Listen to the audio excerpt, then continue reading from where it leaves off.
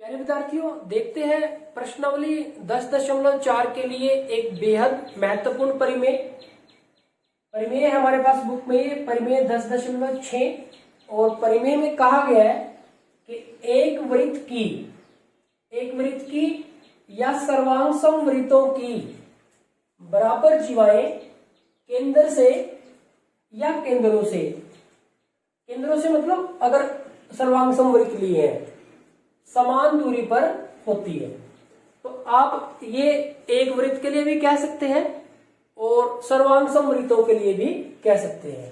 Repeat करते हैं statement को कि एक वृत्त की बराबर जीवाएं केंद्र से समान दूरी पर होती है। तो एक वृत्त की अगर जीवाएं बराबर है तो वो केंद्र से समान दूरी पर होती है, ये हमें सिद्ध करना है। या फिर इसको कहें कि सर्वांग समवृत्तों की बराबर जीवाएं केंद्रों से समान दूरी पर होती है। तो ये बात एक वृत्त के लिए भी कही जा सकती है और ये बात सर्वांग समवृत्तों के लिए भी कही जा सकती है। तो पहले हम इसको सर्वांग समवृत्तों के लिए देखते हैं। हमने क्या किया, हमने दो सर्वांग समवृत्त ले लिए। प्यारे बच्चों, सर्वांग समवृत्त कौन से होते हैं? वो वृत्त जिनकी त्रिज्या बराबर हो उनको हम क्या कहते हैं? सर्वांग समवृत्त। तो हमने दो ऐसे वृत्त ले लिए जिनकी त्रिज्याएं बराबर है। तो यहां पे वृत्त 1 और वृत्त 2, वृत्त 1 और वृत्त 2, तो ये हमने दो वृत्त ले लिए। अब यहां पे हमें सिद्ध करना है कि सर्वांग समवृत्तों की बराबर जीवाएं केंद्र से समान या बराबर दूरी पर होती हैं।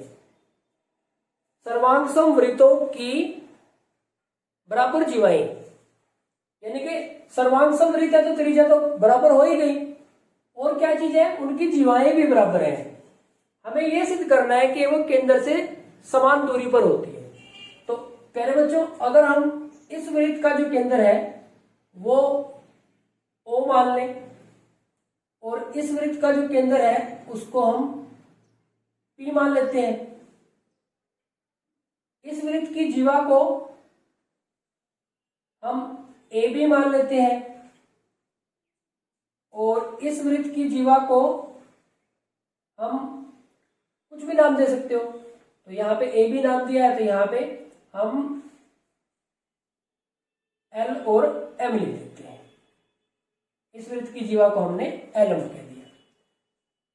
अब यहां पे सबसे पहले हमें देखो दिया क्या हुआ है, दिया है या दिया गया है क्या,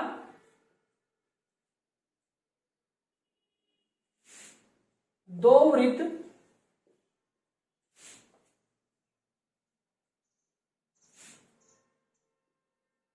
जिनके केंद्र क्रमशः O और P, यानी कि पहले वाले वृत्त का केंद्र O और दूसरे वाले वृत्त का केंद्र P, तथा जीवाएं क्या है, AB और क्या है, LM है। ये पॉइंट्स आप कुछ भी नाम दे सकते हैं इनको। दूसरी बात क्या है कि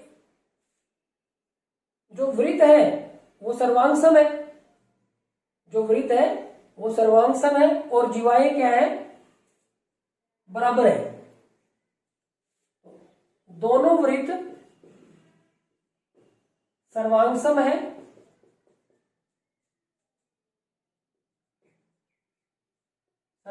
है तथा जीवाएं बराबर है।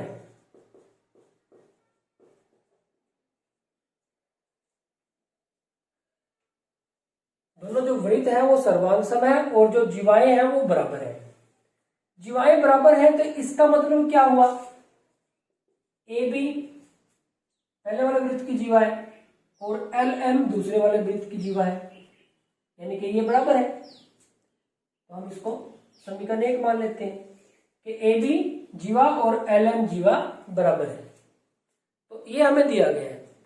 आप चाहे तो इसको अपनी लैंग्वेज में आपको जैसे ठीक लगे उस तरह से भी लिख सकते हैं। जैसे हम इसको इस तरह से भी लिख सकते हैं कि हमें क्या दिया हुआ है, दो सर्वांग समवृत्त, शुरू में ही कह दो कि दो सर्वांग समवृत्त जिनके केंद्र क्रमशः O और P है तथा बराबर जीवाएं AB और LM है। उनकी जीवाएं AB और LM बराबर है, उनकी जीवाएं AB और LM बराबर है। तो इस तरह से आप इसको इस तरह से भी लिख सकते हैं। तो आपको बेसिकली कॉन्सेप्ट समझ में आना चाहिए। अब आप देखिए सिद्ध करना क्या है, हमें क्या सिद्ध करना है। सिद्ध करना है हमें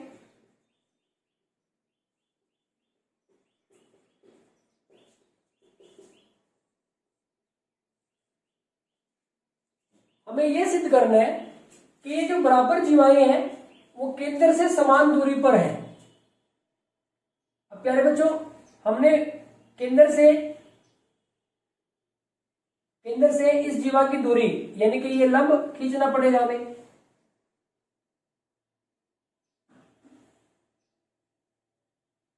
ओपी, और इसी तरह से पी तो देखो प्यारे बच्चों यहां आ चुका है, तो हमें कुछ और लेना पड़ेगा। यहां पे ओ सी ले लेते हैं, और इसी तरह से यहां से लंब खींचा, ये लंब हो जाएगा, और ये ओ क्यों। तो यानी कि ये जीवा ए बी की केंद्र ओ से दूरी होगी ओ सी, और जीवा एल एम की केंद्र पी से दूरी होगी पी क्यों। तो हमें क्या सिद्ध करना है कि ओसी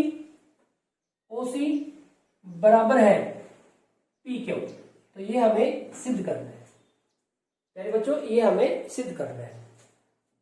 अब आप देखेंगे अगर हम इसकी रचना करें, इसमें कुछ रचना कर पाए तो हम रचना कर लेते हैं। क्या O को A से मिला दिया और P को L से मिला दिया।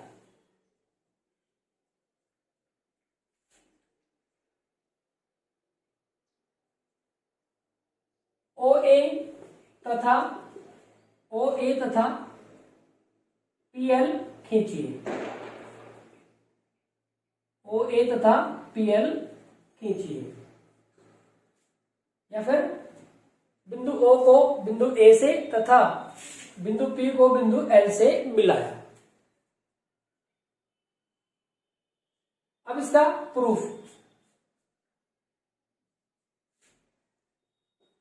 उत्पत्ति देखते हैं।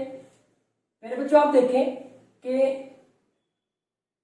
त्रिभुज, ये वाली त्रिभुज कौन सी, OAC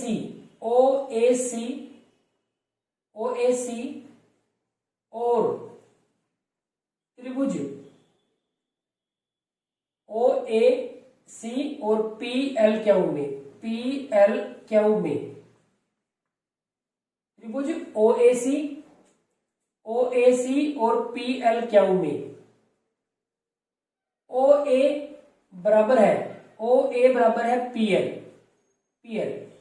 देखो OA इस वृत्त की त्रिज्या है और PL इस वृत्त की त्रिज्या है, क्योंकि दोनों सर्वांग समवृत्त हैं तो सर्वांग सम वृत्तों की जो त्रिज्या है वो बराबर होती है। तो यहां पर लिख देंगे कि सर्वांग सम वृत्तों की त्रिज्याएं समान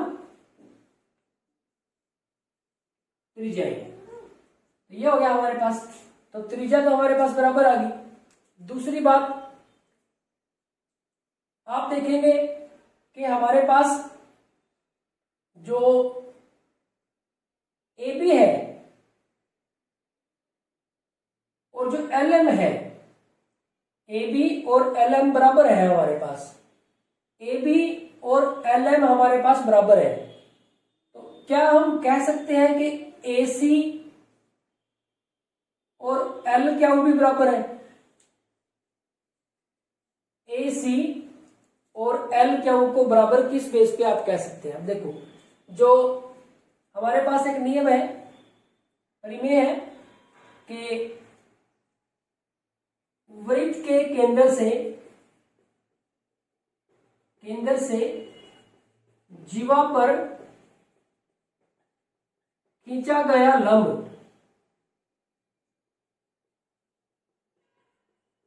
जीवा को समद्विभाजित करता है, समद्विभाजित करता है। अब देखो, ये जीवा है और ये लंब है, यानी कि ए सी किसके बराबर है? सी बी के बराबर है। इसी तरह से एल क्यू किसके बराबर है? क्यू एम के बराबर है। जब ये दोनों बराबर है, ए सी और सी क्यू बराबर है, यानी कि ए सी इस पूरे का क्या है हमारे पास? आधा। ए सी बराबर है 1/2 ए बी। ठीक इसी तरह से एल क्यू बराबर है, ए सी है जो हमारे पास 1/2 ए बी है, और एल क्यू है इस पूरे का आधा है, यानी कि 1/2 एल एम।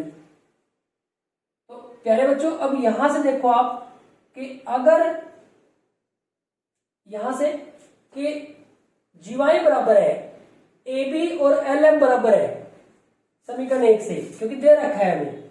अगर ए बी और एल एम बराबर है तो इसका मतलब 1/2 ए बी और 1/2 एल एम भी बराबर होंगे।